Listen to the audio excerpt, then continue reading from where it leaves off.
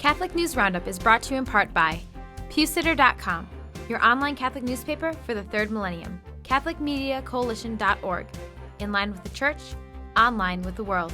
And TheAmericanCatholic.com, politics and culture from a Catholic perspective.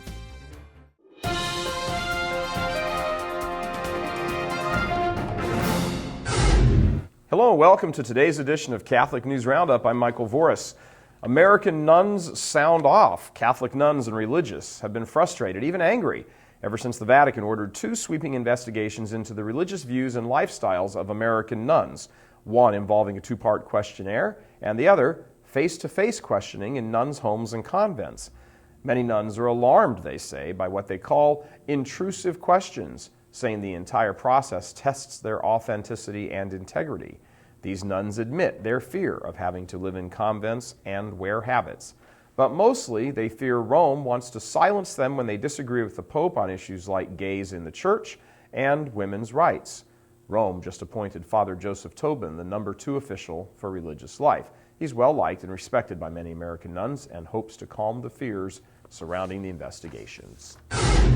Rockford Clinic strikes again, from the grotesque and offensive window displays, including rubber chickens hanging from a crucifix, a nun in a coffin, a Jesus statue making an offensive gesture, to the blasting radio attempting to drown out pro-lifers, to the clinic's owner brandishing a chainsaw. The abortion clinic in Rockford, Illinois, is rightly one of the most infamous clinics in the country. Now, police there in Rockford have threatened to arrest the drivers of an ultrasound truck outside the clinic for offering free ultrasounds.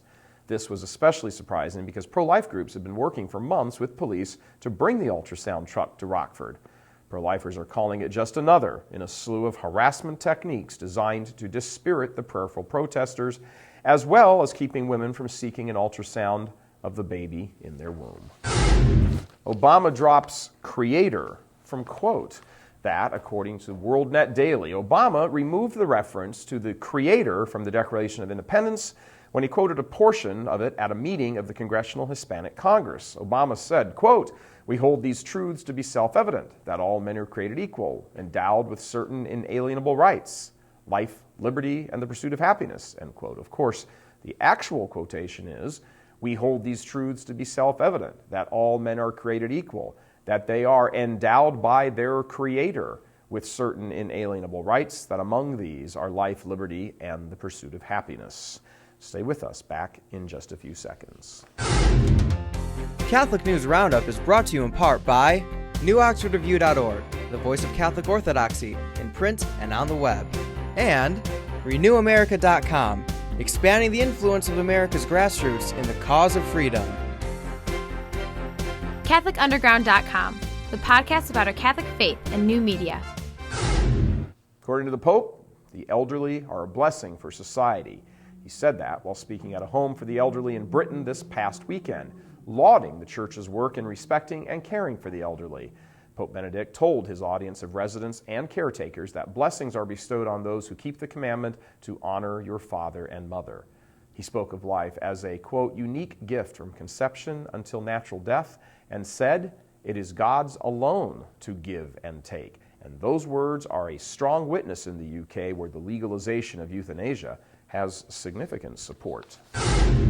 And lastly, in the Philippines, fetuses are being abandoned at an alarming rate. Yes, fetuses. In a pastoral letter read in churches in the Manila Archdiocese, the Archbishop there said abortion has become rampant and is a sign of grave moral decadence that threatens the country. A day after the Archbishop warned of excommunication for those engaging in abortion, another fetus was found abandoned in a trash heap with a rosary inside the box where the fetus was placed. 1 week ago, a 5 to 7-month-old fetus wrapped in a green plastic bag was found inside the Manila Cathedral at around 5 p.m. An hour later, parishioners were shocked when a fetus was found in a red shoe box at the doorstep of yet another Catholic church near Manila. And sadly, on the following day, a 7-month-old fetus wrapped in plastic and then stuffed into a sack was also found. I'm Michael Voris. Thanks for tuning in. Be sure and tune in tomorrow for your daily dose of Catholic News Roundup right here on RealCatholicTV.com, and be sure and check out the Vortex today, where we talk about the church suffering. That's it for now. Thanks for tuning in. Be sure and tell your friends about us. And as always, God bless you.